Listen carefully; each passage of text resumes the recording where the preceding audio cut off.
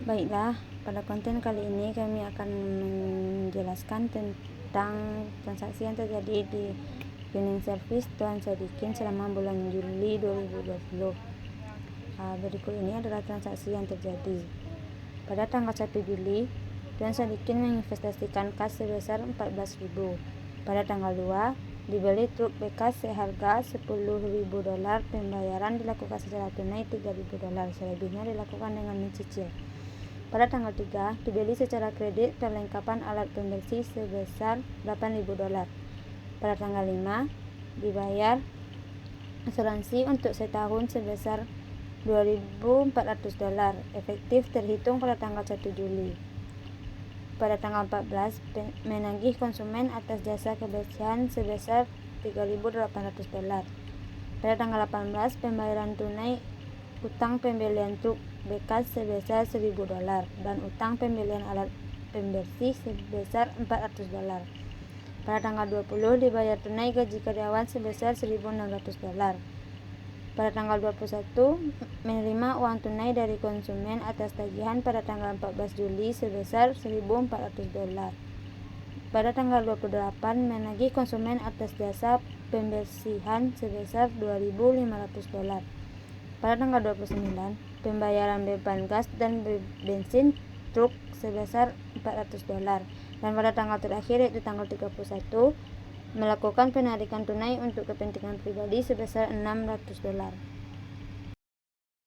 Tahapan pertama yang dapat kita lakukan yaitu analisis transaksi, di mana pada tanggal 1 kita mendapat penambahan pada kas sebesar $14.000 dan penambahan pada ekuitas dengan keterangan investasi Tuan Sadikin dengan jumlah yang sama yaitu $14.000.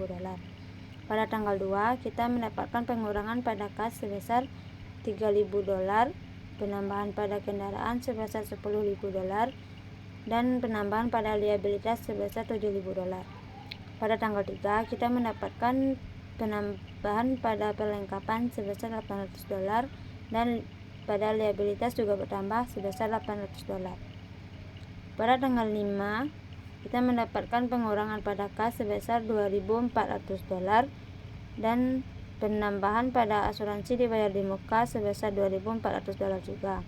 Pada tanggal 14, kita mendapatkan penambahan pada piutang usaha sebesar $3.800 dan penambahan pada ekuitas dengan keterangan pendapatan jasa dengan jumlah yang sama yaitu $3.800.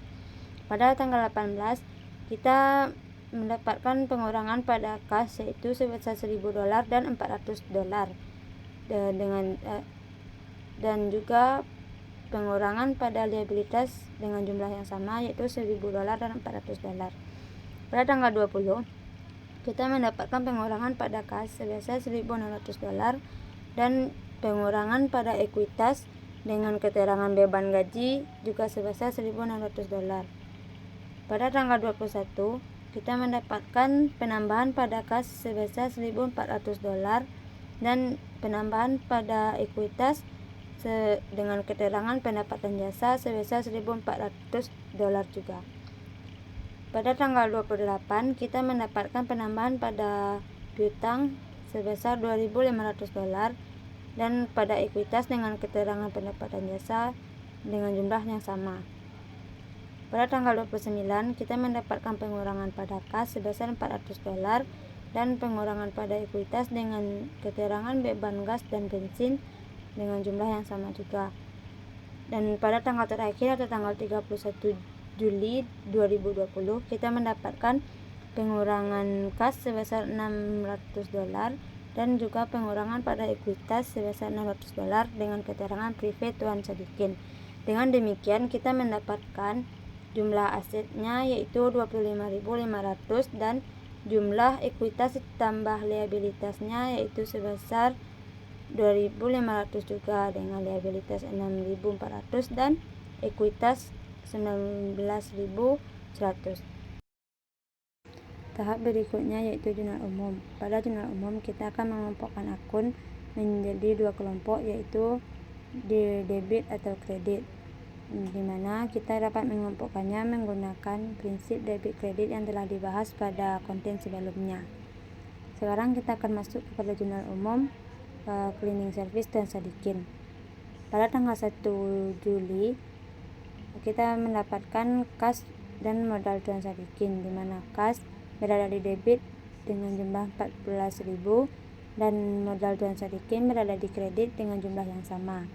Pada tanggal 2 Juli kita mendapatkan 3 akun, yaitu kendaraan, kas, dan utang usaha, di mana kendaraan berada di debit dengan jumlah sebesar 10.000, kas berada di kredit dengan jumlah 3.000 dan utang usaha berada di kredit dengan jumlah 7.000.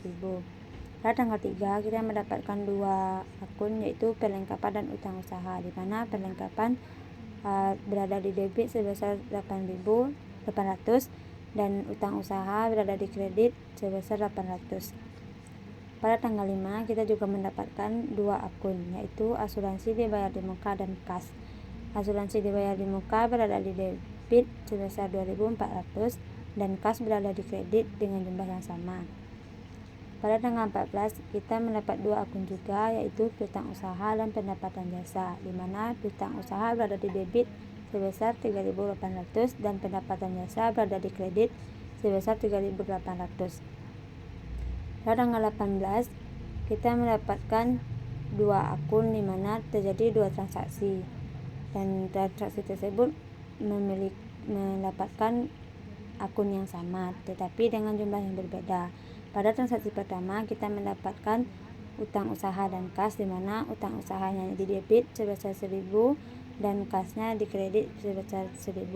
Pada transaksi kedua kita juga mendapatkan utang usaha dan kas, di mana utang usahanya di debit sebesar 400 dan kasnya berada di kredit sebesar 400. Pada tanggal 20 beban gaji dan kas merupakan akun yang kita dapat, di mana beban gaji berada di debit sebesar 1.600 dan kas berada di kredit dengan jumlah yang sama.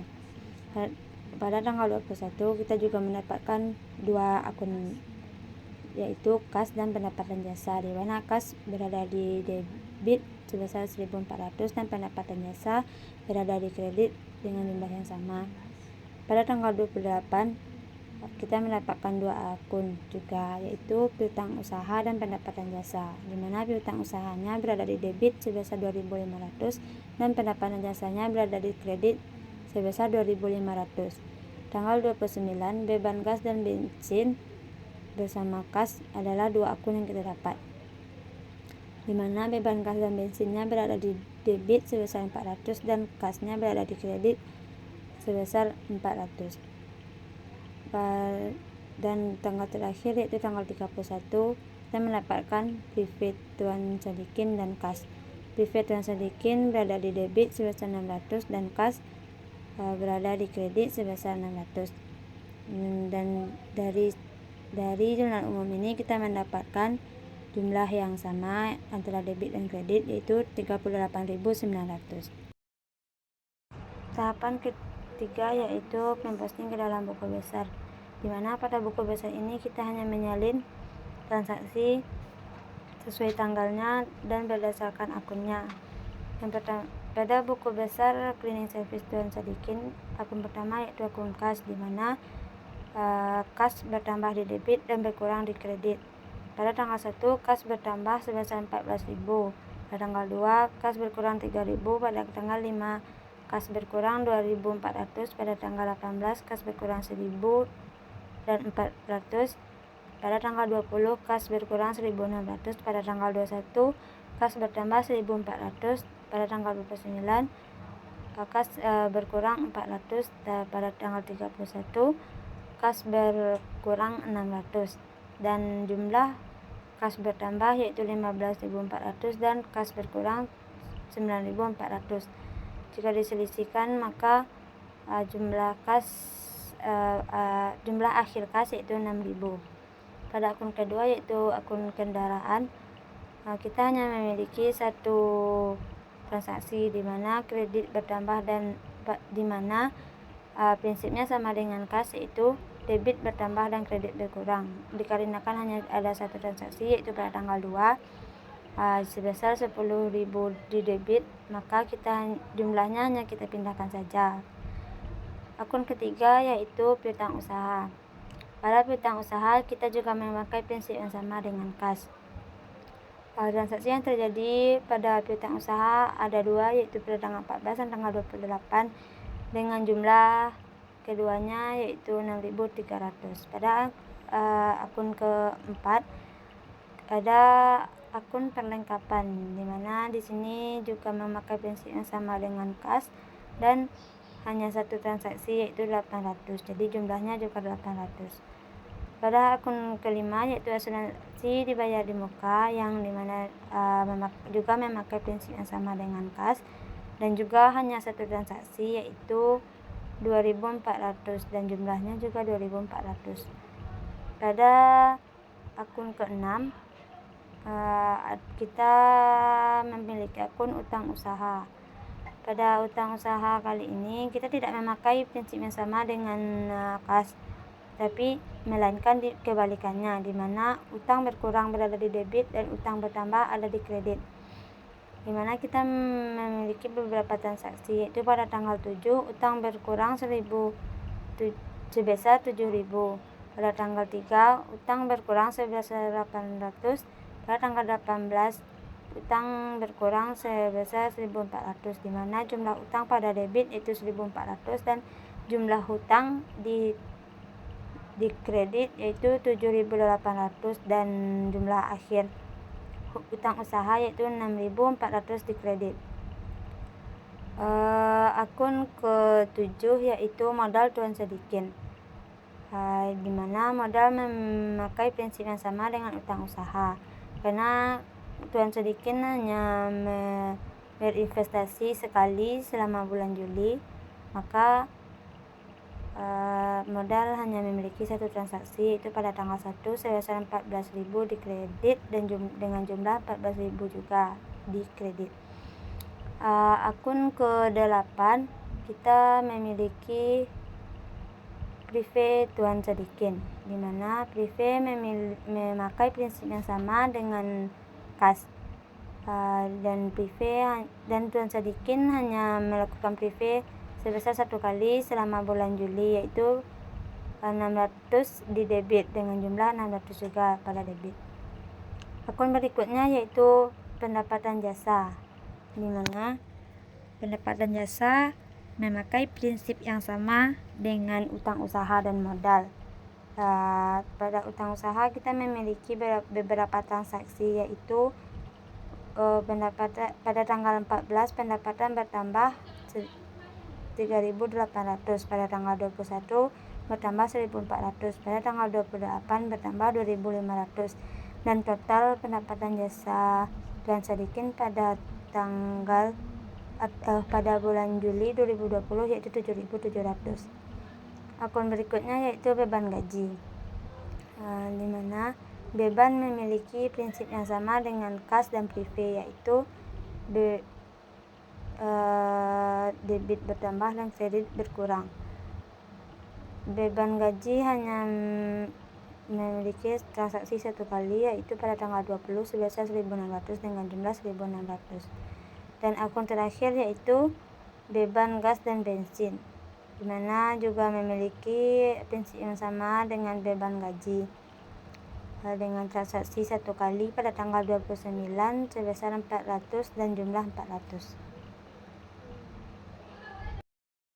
Dan kemudian tahapan terakhir pada pembahasan kita kali ini yaitu neraca saldo, di mana neraca saldo hanya menyalin dari buku besar saja atau memindahkan saja dengan bentuk jurnal yang berbeda, di mana kita memiliki yang pertama akun kas dengan nomor akun 101 dan jumlah 6.000 pada debit. Akun kedua yaitu kendaraan dengan nomor akun 102 dengan jumlah 10.000 pada debit.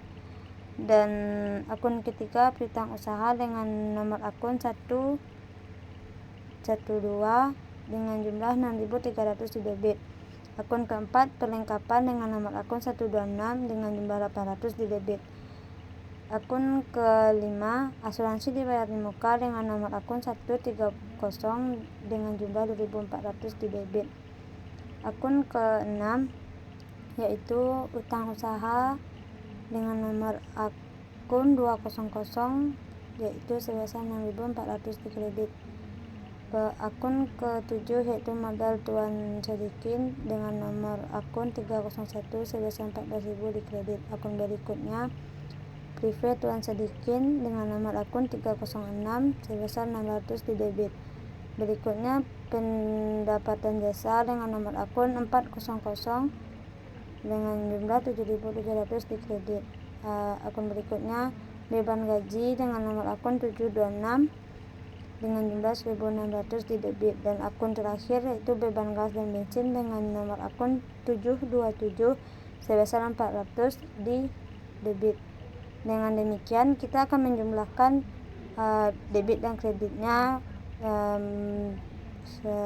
yaitu sebesar 28.100 dan kredit juga memiliki 28.100. Jadi debit dan kredit kita pada neraca saldo sudah balance sama dengan debit dan kredit kita di jurnal umum tadi.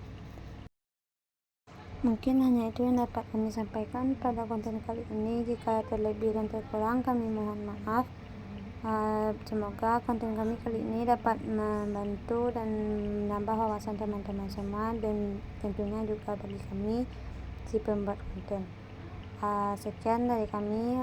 Wabillahi taufiq wal hidayah. Assalamualaikum warahmatullahi wabarakatuh.